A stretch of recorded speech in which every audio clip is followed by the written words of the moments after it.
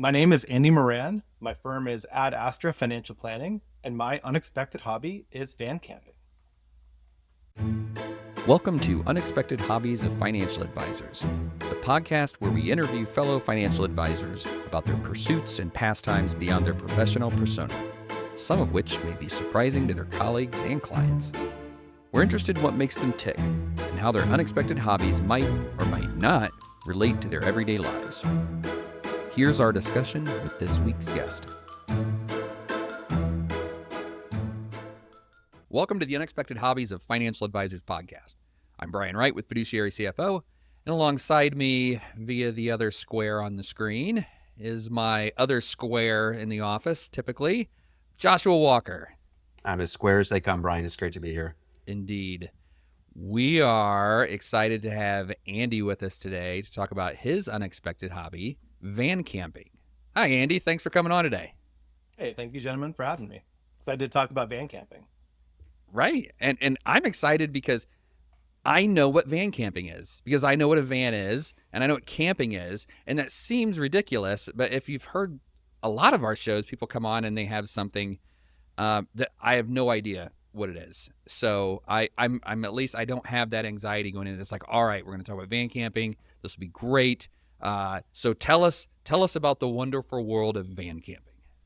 Sure. And part of the reason I chose the word van camping versus, let's say, van lifing, which, popular in the vernacular, but I feel like hanging out in a van and spending time out in a van is more akin to camping than it is living in an apartment or a house. So I find like that choice of words is more reflective of kind of the reality of the situation. And there's a spectrum here. Like I've done it differently myself. Like I really did it mostly from 2020 through 2024. And I had different phases of that journey. So like I had some time where I was, I kind of had a home base that I'd stay at for a few days to a couple weeks. And I'd go travel for a few days to a couple weeks. Maybe here and there I'd take like a longer couple month kind of trip. And then I also had a couple years where I was more staying like 1 to 3 months at a spot, kind of rotating to another 1 to 3 month spot, and kind of some, trips in between those. So it's a whole spectrum, and there's a lot of different ways we can go about it for sure. So did you grow up in a camping family, or is this something that you came to as an adult decision to better fit what you wanted out of your life? Yeah, I mean, a mix of both. Like I definitely did some camping growing up. I remember like when I was 7, I think my family went to Yosemite. I was in the Cub Scouts and Boy Scouts. I am an Eagle Scout. Outstanding. But Congratulations. I kind of, honestly, I finished that at like 14. So I didn't really continue on.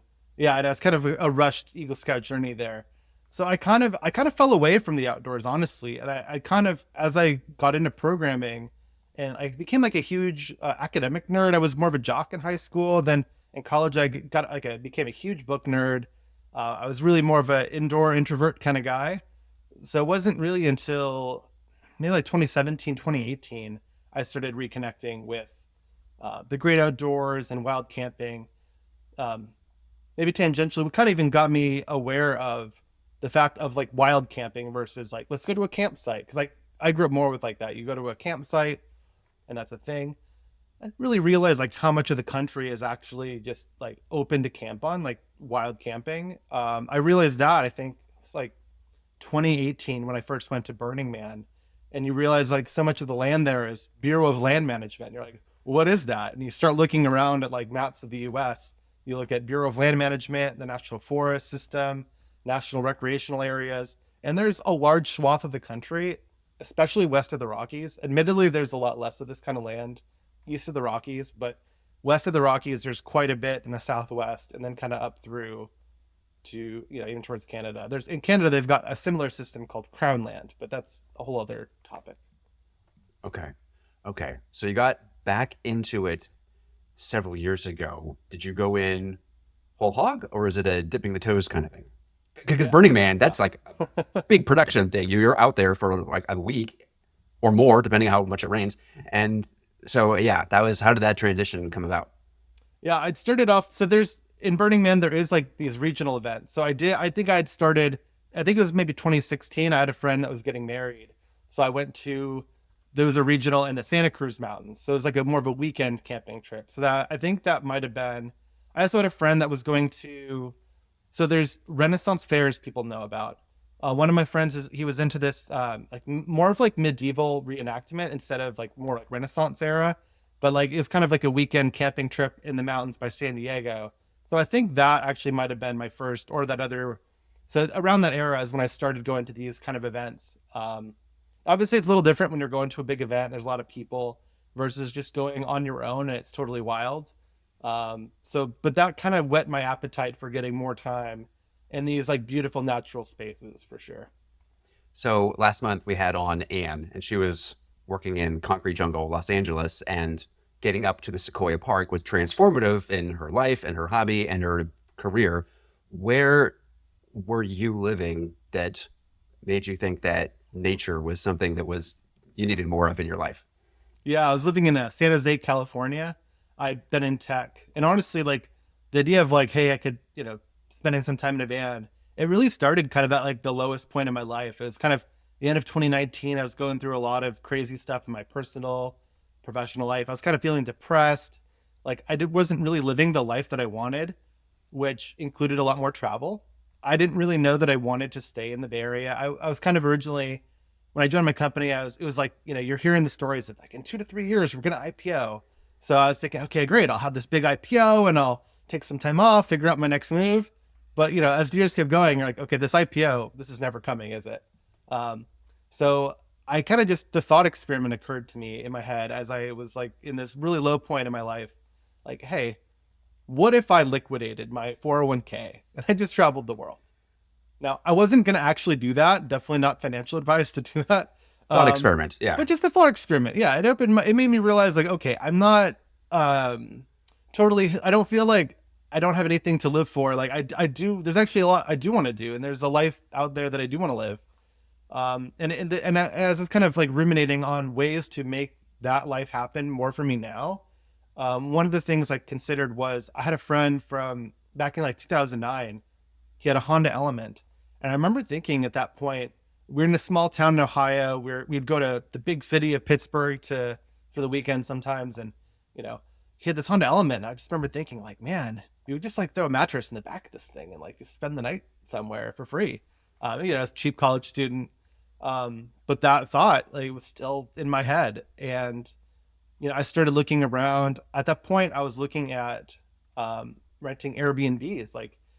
Hey, what if, how much would it cost to just rent like Airbnbs a month at a time in different parts of the country? Like I knew I wanted to visit Austin, Texas. I knew I wanted to spend the winter in like Tampa, Florida, and wanted to explore more of the country. So I'm like, what would that look like? And when I actually started really running numbers and projections, it was actually going to be probably cheaper than my lifestyle in San Jose, if not like on par. So that was a huge step. Like, hey, I could like be saving money while I'm traveling, doing the thing that I actually want to do anyways. So at that point, I kind of got permission to take my job remote at the end of 2019 with the start date of March 1st, 2020. Perfect. So lockdowns happened in Santa Clara County, like I think March 10th. So I didn't, it definitely had to change my plans a bit. And I had gone through different iterations of thinking through, I looked into like Sprinter vans and modding out cargo vans. Like I'd kind of worked through a lot of different iterations. I ended up with a more minimalistic build because at that point, like, there's that concern of like, hey, am I even going to really like doing this? And at that point, the market for vans like that, it was kind of dubious whether like it actually seemed like it would probably be a hit to the resale value to mod it out. Now it might be differently. But at the time I was like, hey, what's like eventually I converged on like, what's a really minimum viable solution that I can revert if I don't like it kind of at the end of the year. I figured like, hey, let me like set aside 2020 to do this travel, explore the country a bit, see how I like it. Like I kind of figured I might not like spending a lot of time in the van, but at least like the van could be my storage of stuff that I bring with me while I'm spending 2020 on the road. So I end up with a minivan. So it's entirely different than your normal vision of like sprinters with, more fully loaded. But, like to my point about van camping versus living, even with a fully modded out van, like it's not the same as living in an apartment. It's just a different dynamic for sure. And it's a spectrum though. So mine is definitely more minimal. It's really like a mattress on wheels. It's very comfortable. It's a nice, cozy, dark cave. I get it really dark and I got a comfortable bed set up, but it's mostly like a mattress on wheels. And so one of the other hobbies I got into in 2019 was fire dancing.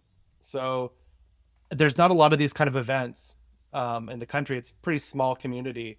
So I kind of planned an initial route based off going to one of these events in Austin in April, Indiana in May, and Kentucky in June. And I was going to end up in Tampa in the winter, maybe going to the Northeast in the fall. But there's a bit of a flexibility there.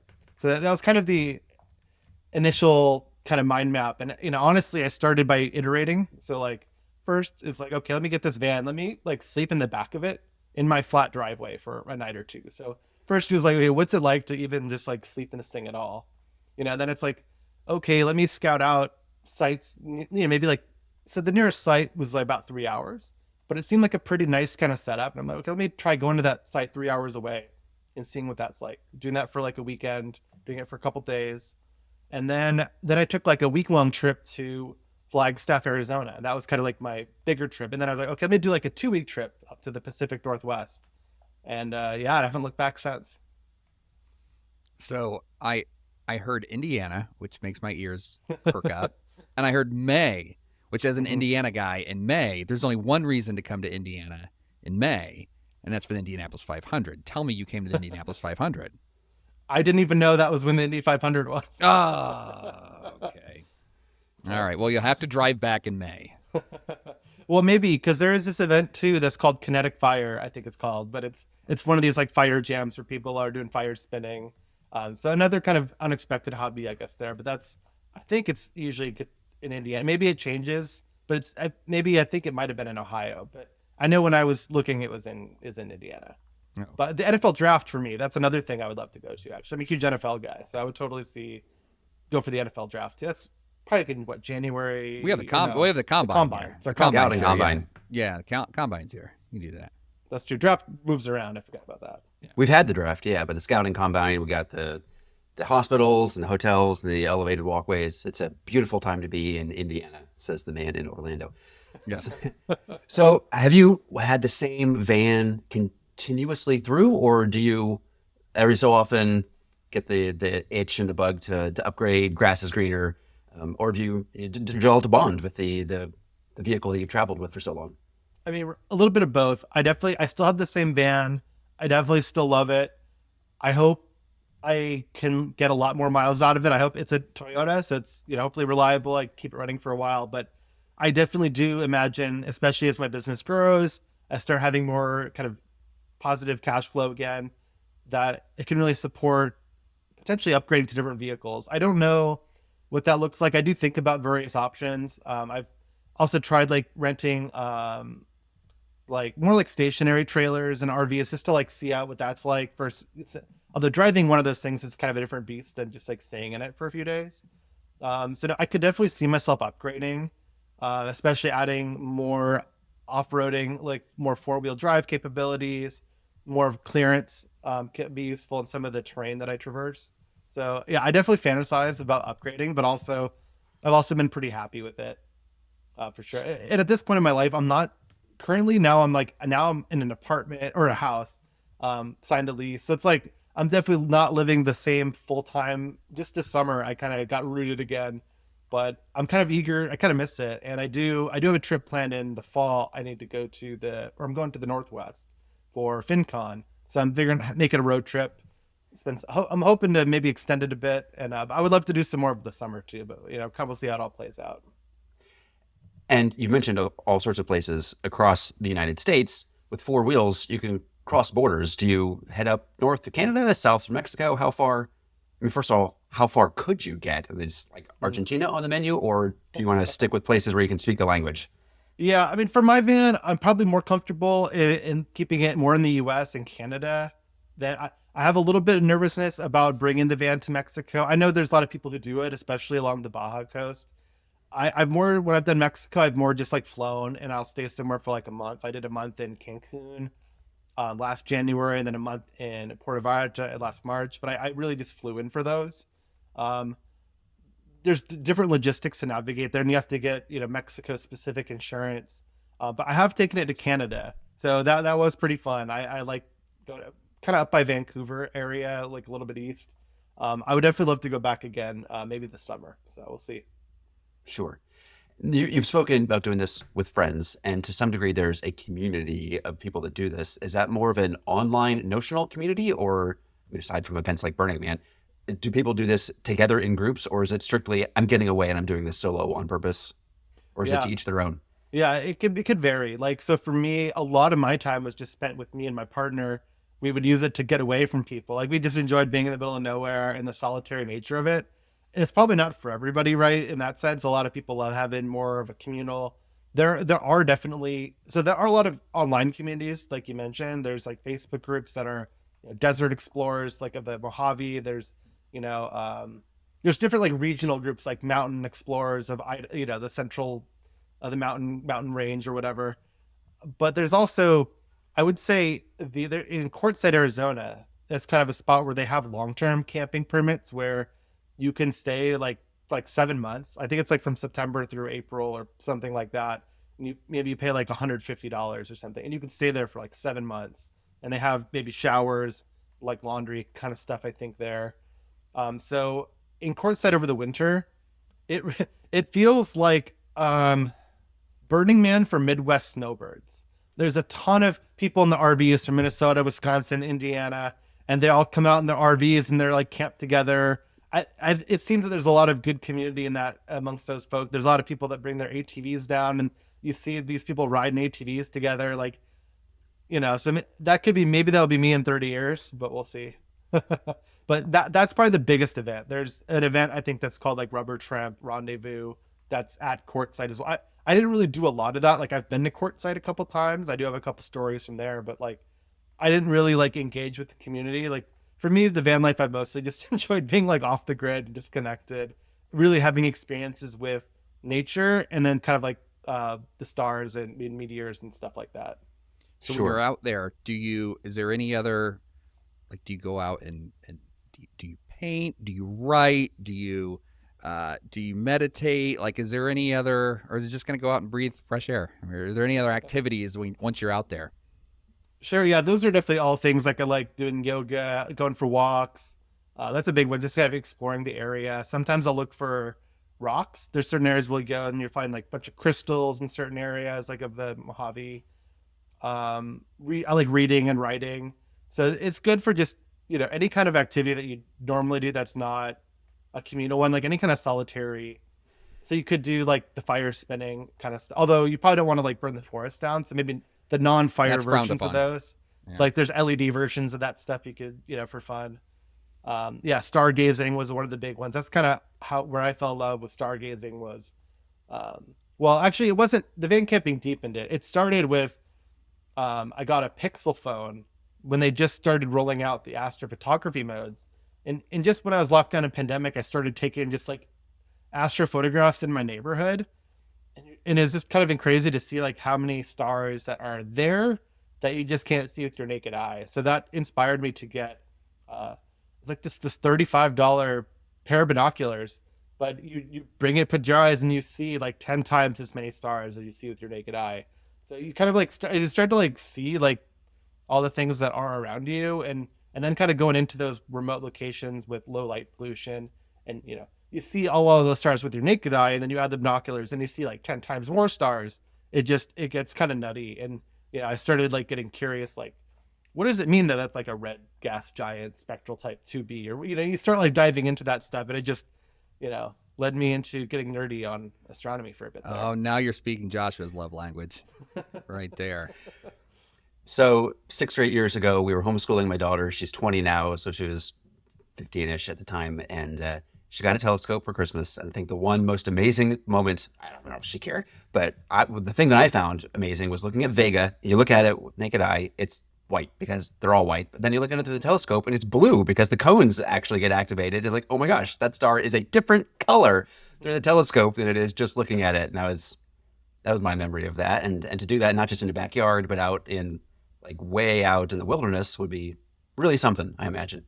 Yeah, do you see like how many stars are not even just single stars? They're like binary systems, or they're like ternary systems where it's like there's a binary pair and there's another pair that's like connected, and there's all these like weird clusters and configurations, and you start to see like common patterns of how they align like geometrically based on the physics. It's kind of wild. Yeah, you see like different colors. Like with my naked eye now, I could, like I always just I can like look up and like you kind of get a sense of like the main stars and what they look like. And like there's like, oh, I see Arcturus, it's one of the brighter ones, but it's like a red giant, and you could like see it's got like an orange or like a reddish orange hue. Like with Mars too, like right now at the night sky there's like 4 planets you can see. Like you can see Venus earlier in the evening. There's Jupiter, it's really bright. Saturn, and then there's also Mars kind of on the other side from Venus, and then Mars will be like red, and you could totally like pick out. And like I said, some of these too, these binary systems, you'll get like a red blue pair, and you can kind of like see the different colorations. And even like with your naked eye too, you can see like in Orion, like you go down, like there's the 3 stars, it's the belt, but you dip down, and I think it's like technically his knee or something, one of those.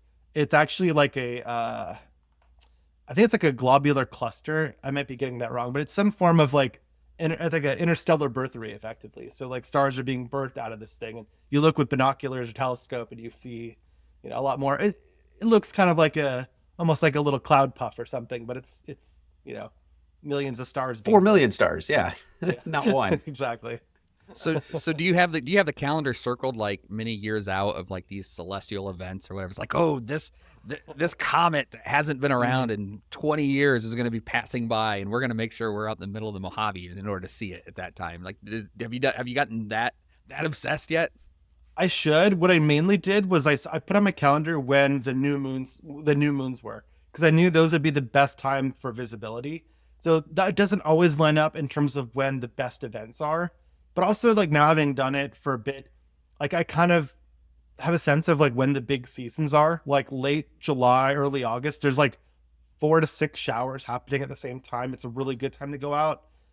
December, you get the Geminids, and then a little bit of the Leonids that are more in November, but they stretch into December. You can get some crazy meteors. You can get, so in both this too, they have some active, some more times where you can get fireballs. So these are like meteors that are like Venus brightness or brighter. And there's a subtype of fireballs that a lot of these have too, called bolides. So it's like really bright meteors coming through, and they kind of have an explosion impact as they hit the atmosphere. And sometimes they're colored differently as they have different like trace elements. So you'll see like ones with a green hue or a yellow hue, and it's just awesome. Those are hard. You don't see those as often, but when you do, it's magical. Where were you for the eclipse? Did you travel to hit the path? Because we didn't have to. It hit us. Oh, that's cool. I actually didn't like it. I forget where I was. What time of year was it? April the 8th. Tax season. Yeah, I was in transition from, I had to miss it, unfortunately. I was in transition from the nomadic life. You're kind of living out of hotels in the Bay Area, trying to find like our place to live. So unfortunately, I had to miss the eclipse. But that would have been cool though. So I was gonna, one of the asks is completely turning away from astrophotography, and I know we've hit our limit on the use of the word naked.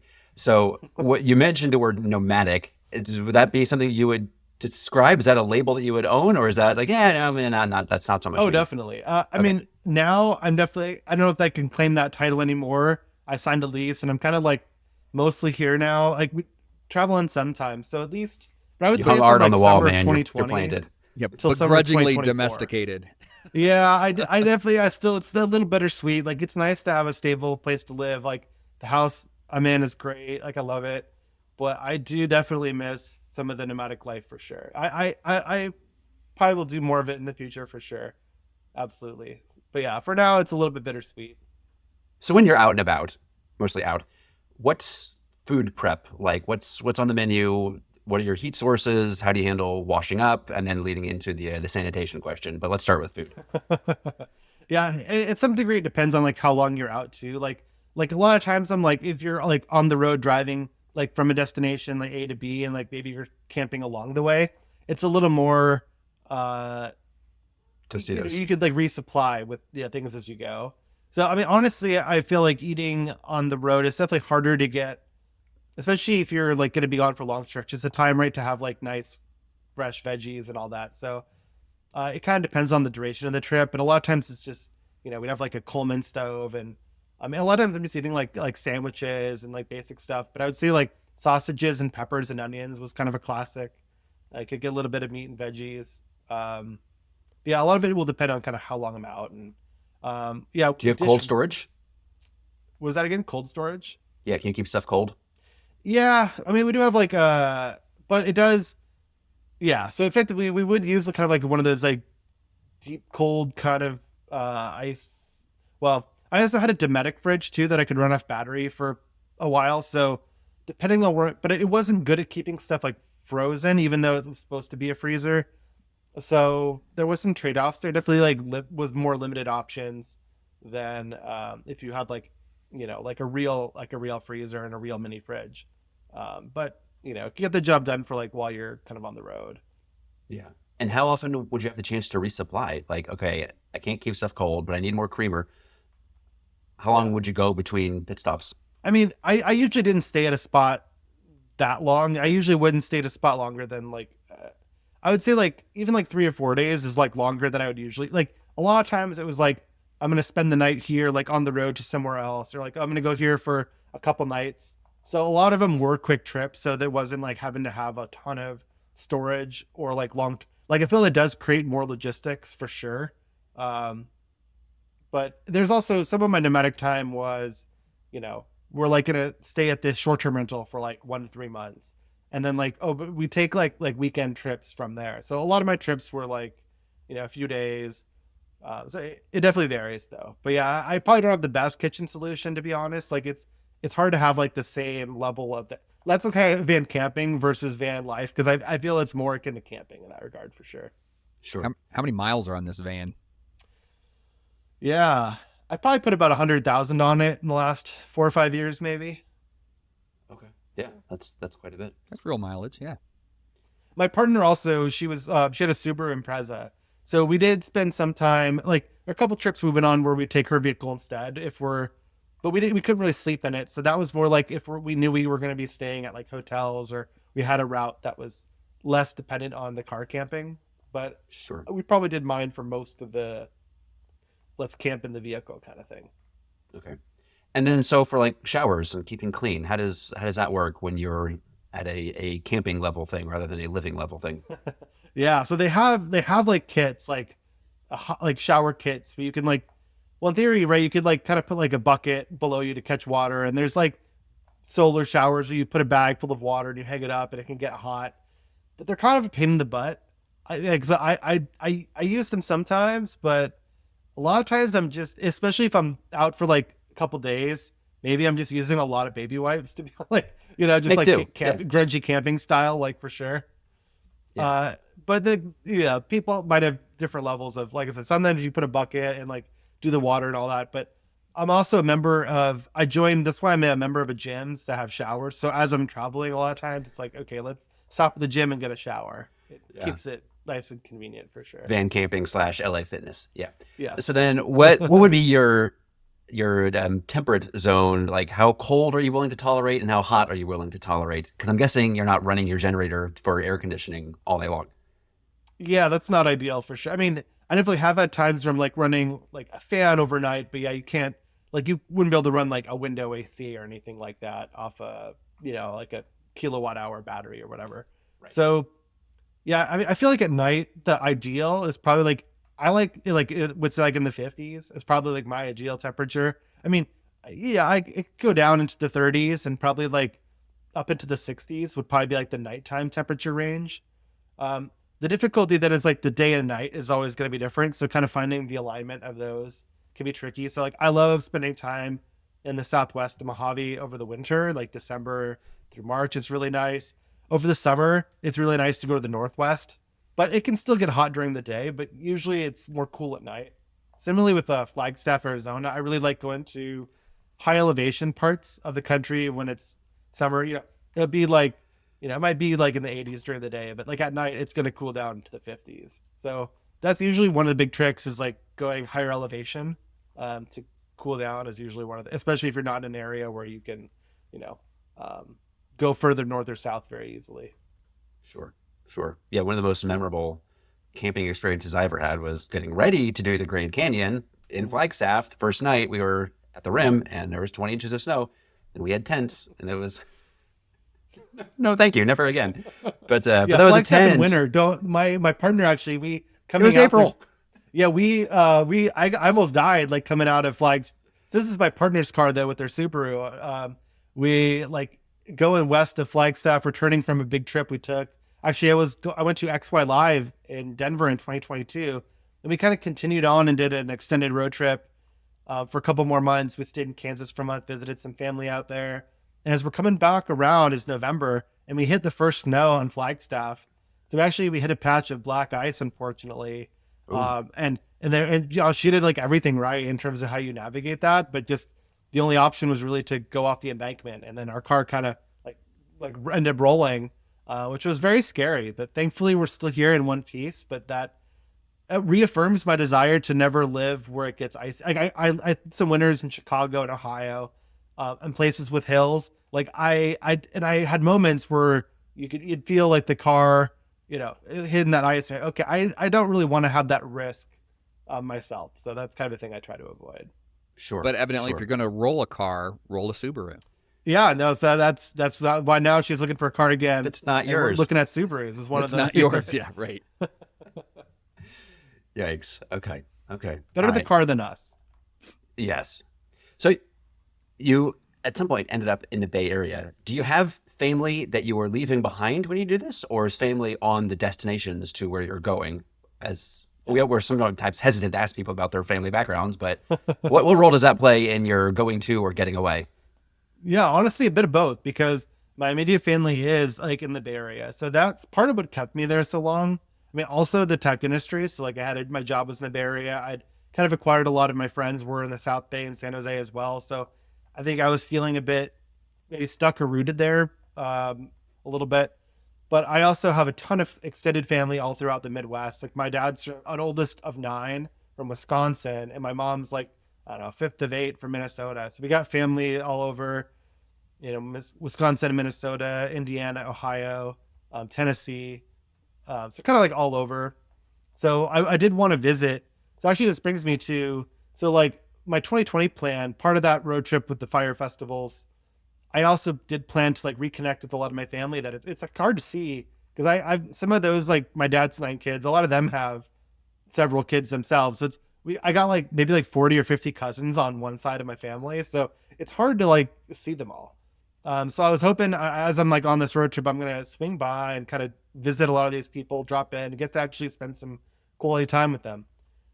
So I didn't quite exactly have that, but in 2021, I went on another, okay, like catch up road trip of sorts. Like, let me visit the family in the Midwest. Like literally while I'm on this route, I actually get a call that, hey, like your grandma, like she's not looking like she's going to make it. Maybe you should like head over there a little quicker than you're planning. So thankfully I did because we were like, I talked to her like, well, she was not really very conscious, but I presented, we had like created like a slide deck of our adventures and we're kind of narrating it to her while she was on and just describing the stars and these cool adventures. We went out to get some items for my aunt who was taking care of her. And like literally while I was gone, she had passed. So I like if I hadn't been on that road trip, I haven't had this lifestyle flexibility, like I would never have seen her again. Missed it. Yeah. And I maybe hearing the story has like helped her feel at peace because like it was Sure. literally like while we were gone, so it's pretty wild. I'm glad you had the chance to pass through there and had a hobby that made that possible. Would you consider this a hobby? It's more of a lifestyle than a hobby. I guess I feel like I have so many hobbies, so it's like I don't know, like yeah, I guess it's like a lifestyle, but although now it's almost more like a hobby because I'm not doing it as often. Like now that I'm like rooted since like this summer, I'm like man, now I really want to go back on it. So I know I have the trip in the Northwest in the fall, so I'm looking forward to that. So yeah, it was more of a lifestyle for me, but like right now, I guess now it's probably the status of like a hobby. And I feel like doing it part time. I was never doing it like 100% of the time where I'm like living full time in a van. Like I think, well, I guess that would really be like a lifestyle. So for me, it's kind of like a hybrid hobby lifestyle, I guess I would say. Sure. Sure. Yeah. That makes sense. Now, when we have guests on that are like deep into a community, this question makes a lot of sense. So maybe it won't for you, but are there opportunities that you've had as you've met people and they discover that you are a financial planner and there's a lot of financial planning aspects that must go into this? Have you had the opportunity to develop client relationships with these people that you've had the chance to meet, or is that just sort of a non sequitur of a question for when you're trying to be by yourself? A little bit of both. I mean, you do have chance encounters on the road, so you can definitely meet people. A lot of times there were not people that would necessarily be ideal clients, and often like you meet people in very different circumstances that might be very different culturally. And it's just like one of the best conversations I remember having was talking with like a homophobic rancher in Arizona. But like, it's this guy out in the wilderness and we're, talking about the stars. Like, hey, you can, look with your rifle and you could like look at the scope and you could see the moons of Jupiter over there. And he's like, wow, that's so cool. Like, and geeking out with somebody that, would probably in theory have nothing in common with. But by the end of it, he had the perception that Californians were all kind of useless and not very good people. But he's like, okay, I know there's a cool California now. It changed his impression of so bringing the country together, like one interaction at a time. And so maybe I haven't like met clients, but there is like those little human moments of connection. But I do think for a lot of people that are looking for a planner, when they find that I had done the van life, it could be an interesting, for people who either find it like aspirational, like, oh, I would love to do some traveling on my own. Like my very first client that I signed, he made the comment of, was it like, I don't really want some advisor who's, going to golf in his Mercedes. Like I want the guy who's, traveling around grungy in a van. Like he made some comment like that. Using so I think for a lot of people, using solar showers at a back of a van, right? Yeah, we ask people, what you would tell somebody, or somebody asked they wanted to get into this, like how to get into it. And in every hobby, there's always a story, but I can only imagine you must have thousands of tips that you could give somebody. If I came to you and said, hey, I kind of want to do this, what advice would you give me? You would probably do another hour of this podcast of you just saying, do this, don't do that. But take a few. Like what would you tell somebody if they wanted to get into this? I think the biggest thing and I recommend this for a lot of things in life, is just to try before you buy. So maybe like try renting like a camper van somewhere, trying it out, seeing like because you kind of quickly learn what it is that you care about, because everyone's going to have different things that they're willing to compromise on. Because van camping, it's like I said, it's definitely a compromise. It's not like living in an apartment in the same way, but you're optimizing for different things. So kind of discovering what that calculus of values and priorities is for you. So I think like trying out with a little rental first is a good idea.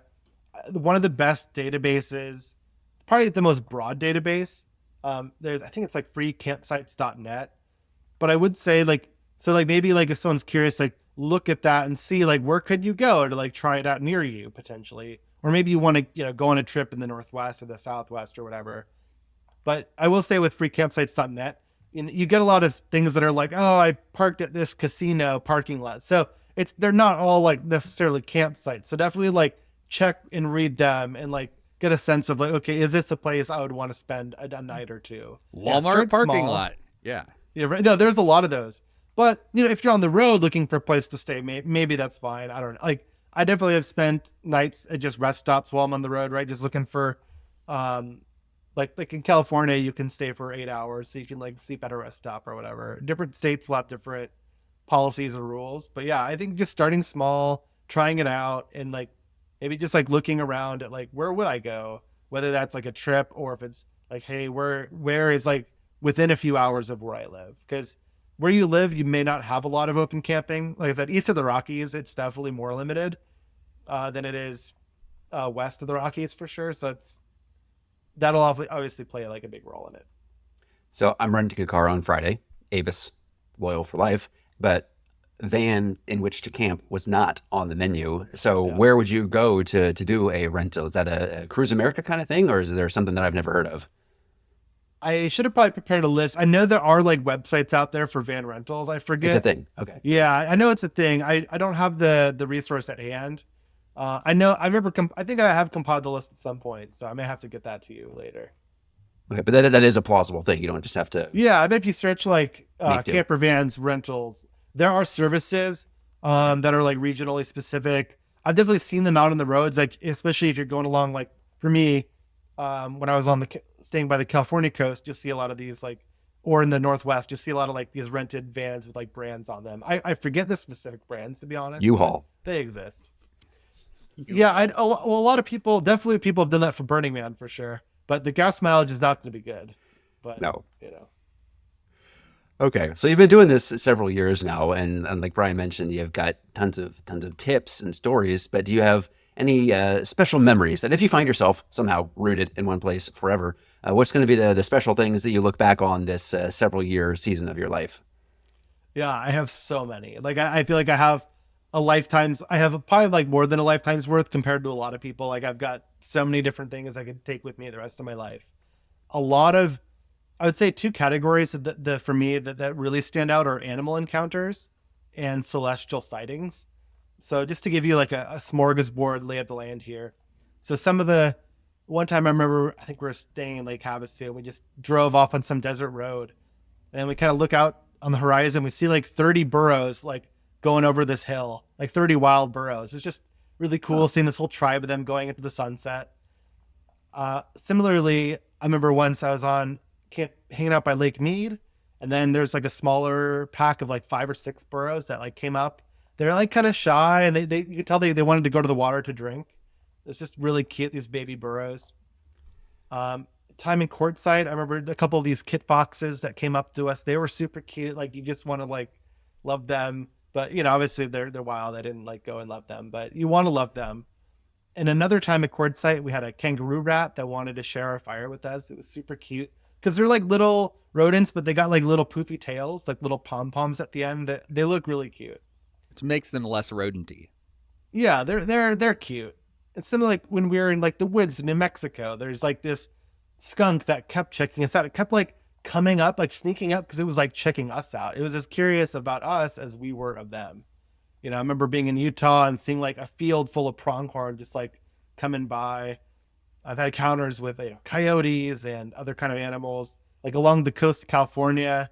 I've seen a lot of whales, otters, and seals. You know, up in Idaho and Oregon, seeing like bald eagles hanging out by the lakes.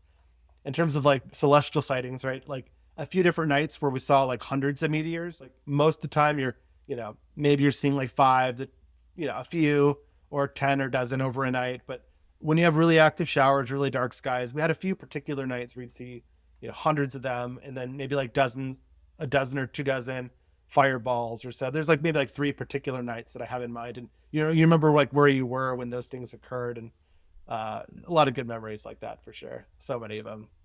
Aurora? Oh, that actually, when I saw the aurora, I was actually in the Bay Area, so I saw the northern lights kind of over San Francisco. I mean, I see them because like I didn't see them with my naked eye, but like you put on your phone, and it could kind of pick up the auroras over the city, which not as dark like light pollution wise, because over San Francisco, but right, kind of crazy to imagine you could see the aurora over San Francisco. Yeah. So are you able to harness your astrophotography skills and catch some snapshots while you're witnessing these things, or is this just embedded in your in the moment? In the moment, in the hard drive between your ears, and that you'll have? That's a lot of them. I do have some shots that I took on my phone over the years, but especially the meteor shower stuff, it's hard to really capture those. So those are definitely more in the brain bank. But I do have a couple of like dark sky kind of shots from the years. It's definitely a hobby that you can go very deep on, and maybe in the future I'll get more nerdy into, but it can get really expensive if you're, depending on how fancy of equipment you want to get for both telescopes and the lenses. It can get really pricey. You can spend tens of thousands of dollars on this stuff. So I've been keeping it basic. So I do have some cool, more like panoramic kind of shots, but I would love to go back out and create some new ones in the future too. So people sometimes talk about traveling for their hobbies. Would you ever envision yourself doing a Southern Hemisphere, different stars, van camping a month in Australia, Southern Africa, New Zealand, that sort of thing? Yeah, I really want to do a month or so in Iceland in the summer doing the Ring Road. Would be really cool. That's the Northern Hemisphere, the right to okay. roam. True. Well, I do want to go to the Southern Hemisphere because the stars will be different, right? There's more. I think there's some cooler celestial objects in the Southern Hemisphere. So in the Northern Hemisphere, you can see our neighbor, the Andromeda Galaxy, which is pretty cool. Like even with your naked eye, it just looks like a little fuzzy dot, but it is like another galaxy. From the Southern Hemisphere, there's like another galaxy that you can see that you cannot see in the Northern Hemisphere. and also some other cool celestial objects. But like, yeah, the stars will look different. So I definitely do. I really want to go to. I'm hoping soon. I do want to do some surfing, maybe by Peru, and do some sand skiing or sand snowboarding would be cool. So I do definitely have some trips I would love to do in South America. But yeah, for van camping, I was actually, it's funny you mentioned Australia. Like I was literally last night just looking at maybe doing like a French Polynesian cruise or something out of like Australia or someplace like that, like hitting up the islands over there. I'm sorry, I'm stuck on sand snowboarding. That sounds so abrasive. Because my experience with snowboarding is on the ground, not upright. And like, Yeah, it does the have snow a is little, I bad hear it's enough. more friction. I hear it's like not as glidey as the snow. It's like sandpaper without the paper. Joshua, I think we just found our outside correspondent for hobbies here. We're gonna go live with Andy here to talk to us about his sand snowboarding. So, wow, holy cow! I feel like every year I never was a big like I think my firm name Ad Astra, it's Latin. I studied Latin in high school because I never wanted to speak it to anybody. So I'm like, if I learn Latin, no one's gonna be talking to me in Latin. Ironically, then after spending during my time in Cancun earlier last year, I'm like, man, I really should learn some Spanish. So I'm still pretty basic, but I've been practicing Spanish for like the last year. So I feel like every year I'm picking up a new hobby or two and just kind of adding to the repertoire and the spices of life. Sure, sure, yeah. What would you say that you've learned from the hobby that would be applicable to the day job and the daily grind, so to speak? Yeah, a few things. Like I'd say definitely the importance of intentional planning, but being flexible in the adaptation, like adapting to circumstances and implementing. So especially with van camping, I've run into situations like one time we were going through Colorado and we discovered like, a certain road, like a freeway closes after 6 p.m. And you're like, oh, okay, well, that's interesting. I didn't know highway is just closed. Nice to know.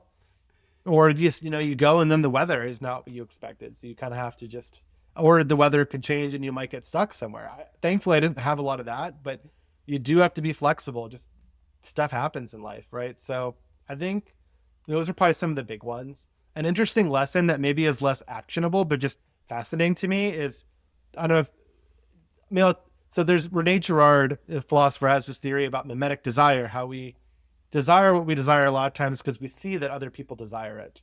And so a lot of what we think we want is shaped by what we see other people desire and do. I saw how true that was in van camping. So many times I would, maybe like a common area that like I was staying near and I, drive by like a certain spot multiple times. Nobody ever stops there. I decide to park there. And then within 20 minutes, like 3 other people will be parked right next to me. And this happens like every time, like without fail, like no matter where you are. And it's just fascinating to see like once you've chosen the spot, it's validated and people think like it's important or significant somehow. And it's like, no, like nobody has been here the last several days until I just decided I'm going to be here right now. No, I And then really had to go to the people, bathroom. That's the only reason I stopped here. I've had circumstances like that where I'm stopping for a reason like of that sort. And it's like, no, I don't want you to be near me, man. Like this. Yeah. But it's very fascinating to see human behavior for sure. Yeah, Simon says holy mimetic desire. Yeah, interesting. All right, all right. Well, thinking back on the last several years, I think Brian touched on this originally, but what would you have wished that you'd known when you were getting into it? That's sort of along the lines of what would you have told yourself, but what have you learned that you wish you knew the first time around that you learned the hard way, like don't get too close to the skunks or something like that?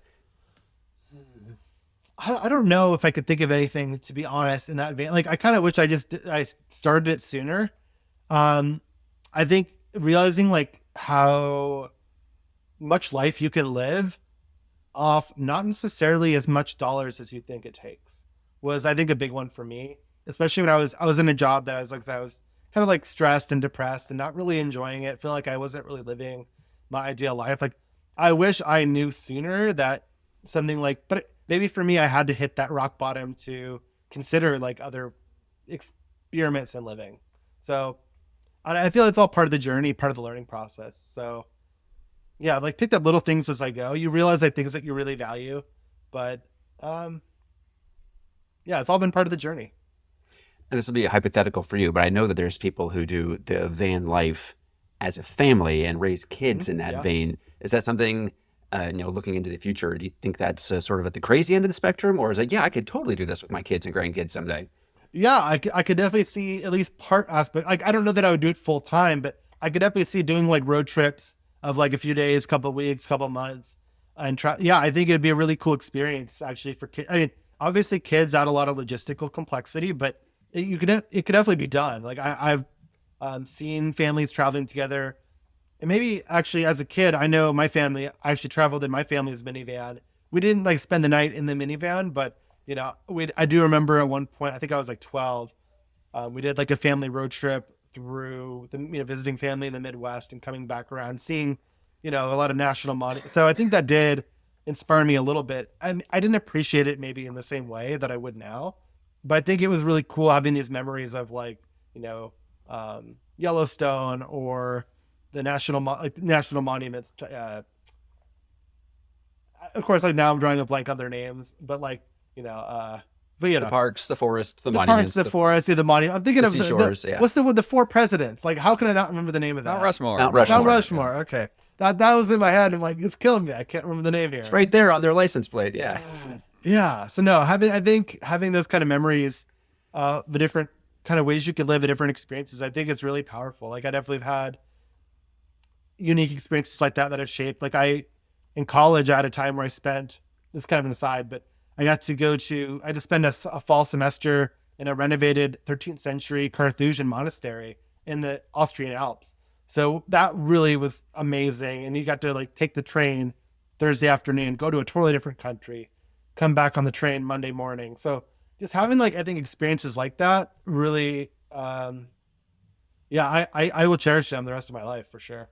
What was your major that you were able to spend a semester doing that? Well, I had a weird situation. So I went to the school. It started by the Domino's pizza founder, and they started in Michigan, and he had created, basically the school was moving from Michigan to Florida, and I was like the last class that came into Michigan. So they were trying to bribe us to leave. So we had a satellite campus in Austria but the main school is in Florida. So basically, and I fell in love with the Michigan campus. So I crammed 3 years of coursework in my first 2 years. And then I have 1 year left. So I basically got my room and board and tuition paid for to spend the fall semester in Austria. And then I got to go to Florida for the winter or the spring semester. And it's quite nice. But I studied economics technically before getting into philosophy and computer science and now finance. That rings a bell. I've heard of somebody doing that. I don't know whether it was you, and I just was reading it 18 months ago and didn't connect the dots, or somebody else talked about, yeah, I spent time in Austria for college at this monastery. And oh, it probably is. Yeah, there's two different schools that go to that monastery, and I've attended both of them actually at different points. So yeah, it's a school called Ave Maria, and there's another school called Franciscan University, and They both have these programs in Austria that the Ave Maria students stay at one side of the monastery, and I think the Franciscan people are in another. But you're kind of like right there, both together. Yeah, sort of like St. Mary of the Woods and Rose Holman out in Terre Haute. It may have been one of your monk friends, though. You do have a lot of monk friends. All right. So you've talked about if somebody wanted to actually get their feet wet in doing it, to do it rental. It's going back a stage. If somebody wanted to learn about what it's involved before having any financial outlay, where would they go to meet people, hear from people? What are the right corners of the internet to get more information about this?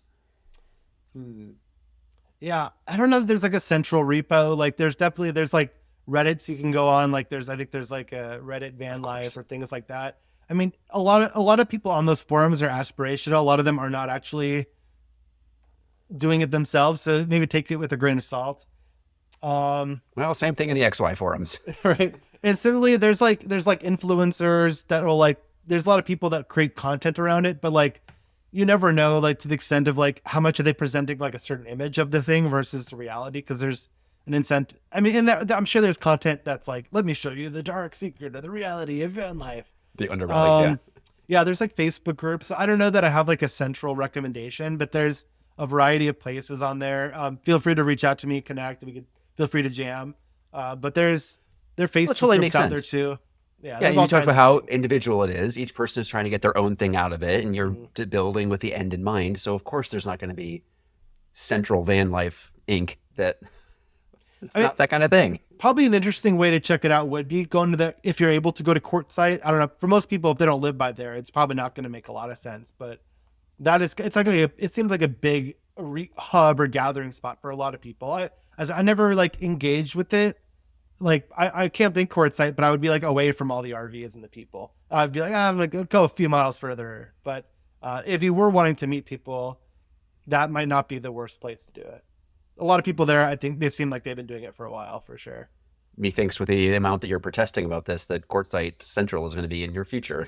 It might be. Yeah, I could definitely see, Resisting, like resisting, 50s, resisting. 60s, spending a little more time out there for sure. It's an interesting place. All right, all right. And if somebody has heard this and wants to find out more about the work that you're doing, wherever you happen to be located at the time, where do we find more about Andy? Sure. So my firm is Ad Astra Financial Planning. So that'd be ADASTRAFP.com. And I have links to like my LinkedIn and things like that at Andy Moran, MORAN.io. That has my firm. It has my LinkedIn. My Instagram is not really very businessy. Like it's just my personal life mostly. And I mostly just share stuff in the stories. I'm not like posting a lot. So, but I'd say LinkedIn is probably one of the big things I stay up on a little more. Sure. Well, Brian was talking at the top about how sometimes we have guests, we have no idea what we're going to be talking about. And sometimes we think, yeah, I know what this is. And sometimes we're right and sometimes we're wrong. And I felt like I've learned a lot that I didn't already know about van camping. Any final words from you, Brian? Yeah, I agree. Like I thought we would just be talking about van camping, but turns out van camping is just like it's just the gateway drug to other hobbies. So I could really get on board with this hobby. If you could bring your pinball machines with you. Yeah, those are my thoughts. Yeah. But, Well, you could visit pinball museums around the country. Right. Right. Like Oh, you just yeah, like plan yeah. out, you're like, I know I want to go to the pinball museum in here and here and here. And, yeah, you got yourself a little itinerary. It's a skeleton of a plan right there. absolutely, absolutely. No, this is really interesting. I definitely want to keep in touch because you sound like a guy that cycles through hobbies every few years. So we'll Absolutely. between your sand surfing or sand skiing and all the things that you're like, I'm gonna keep up with you because I'm gonna learn a lot just by following you. So we'll look forward to doing that. And we do appreciate you being on the show today. This was great. And wish you all the best in your future van camping endeavors. Oh, thank you so much for having me. It's a lot of fun talking to you about van camping and other hobbies. Unexpected Hobbies of Financial Advisors is brought to you by Fiduciary CFO, forward-thinking tax and planning solutions for business owners, like RIA firms and their business owner clientele. The opinions of Brian, Joshua, and their guests are for entertainment purposes and should not be construed as legal, tax, financial, or investment advice. You should know better than to take any of this content seriously. Thanks for being a fan of the show. If you were listening and thought to yourself, hey, I know somebody they need to have on the show, you can do something about that.